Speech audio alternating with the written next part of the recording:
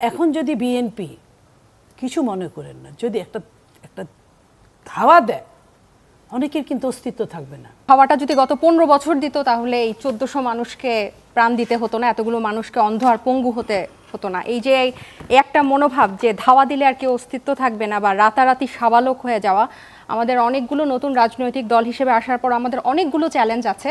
তার মধ্যে এই একটা চ্যালেঞ্জ হচ্ছে এই সম্মানটুকু না পাওয়া এবং খাটো করে দেখা। হ্যাঁ, আপা যে বলেন বিএনপি যদি ধাওয়া দেয় তাহলে অনেকের অস্তিত্ব থাকবে না, আমি বলতে চাই এই ধাওয়াটা যদি গত 15 বছর দিত তাহলে এই 1400 মানুষকে প্রাণ দিতে হতো না, এতগুলো মানুষকে অন্ধ আর পঙ্গু হতে হতো না। এই যে একটা মনোভাব যে ধাওয়া দিলে আর কেউ অস্তিত্ব থাকবে না বা রাতারাতি সাবালক হয়ে যাওয়া, আমাদের অনেকগুলো নতুন রাজনৈতিক দল হিসেবে আসার পর আমাদের অনেকগুলো চ্যালেঞ্জ আছে।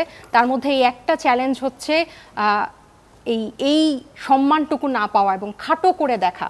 এই গণ অভ্যুত্থান নেতৃত্বদানকারী এতগুলা মানুষ, এতগুলা তরুণ, এতগুলা ছাত্র, এতগুলা ছেলে মেয়ে যে অভূতপূর্ব ইতিহাস বাংলাদেশে ঘটালো, তারা আমার মনে হয় যে যখন সেটা টকশোর মঞ্চ হোক আর যেখানেই হোক, এই সম্মানের যে আমাদেরকে যে একটা নেগলেক্ট করা এবং আমাদের বক্তব্যকে যে ছোট করে খাটো করে দেখার এটা আমাদের নতুন রাজনৈতিক দলগুলোর অনেকগুলোর মধ্যে এটা অন্যতম একটা চ্যালেঞ্জ আমরা খুব ফেস করছি।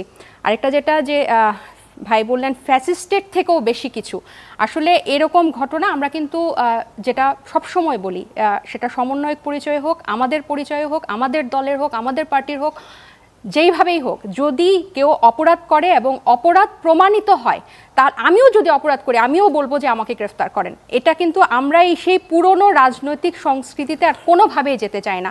কিন্তু তাই বলে আমাদের পার্টির কেউ কিন্তু বাজারে মাইকিং করে বলে না যে পুরা বাজার আমার দখলে, আমাকে না বলে সবারকে আমাকে চাঁদা দিয়ে তারপরে এখানে বাজার সদাই করতে হবে বা ব্যবসা করতে হবে, বা আমাকে জিজ্ঞাসা না করে কাউকে গ্রেফতার করা যাবে না, এ ধরনের বক্তব্য। এবং বিএনপি নিজেই স্বীকার করেছে যে গত 7 মাসে প্রায় 3000-এর মতো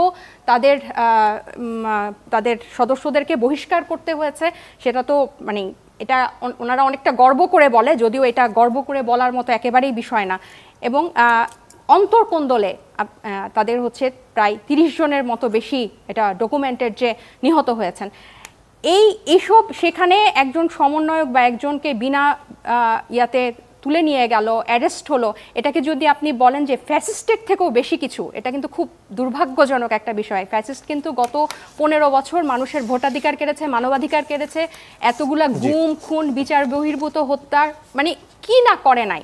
এরকম একটা নৃশংস পিশাচ গণহত্যাকারী একটা রেজিমের সাথে বা একটা ইয়ার সাথে যদি আপনি এরকম একটা ঘটনাকে একটা অন্তর্বর্তী সরকারের অবস্থায়, একটা আমরা খুব নাজুক অবস্থায় আছে, এটা যদি আপনি তুলনা করেন, এটা খুবই দুঃখজনক।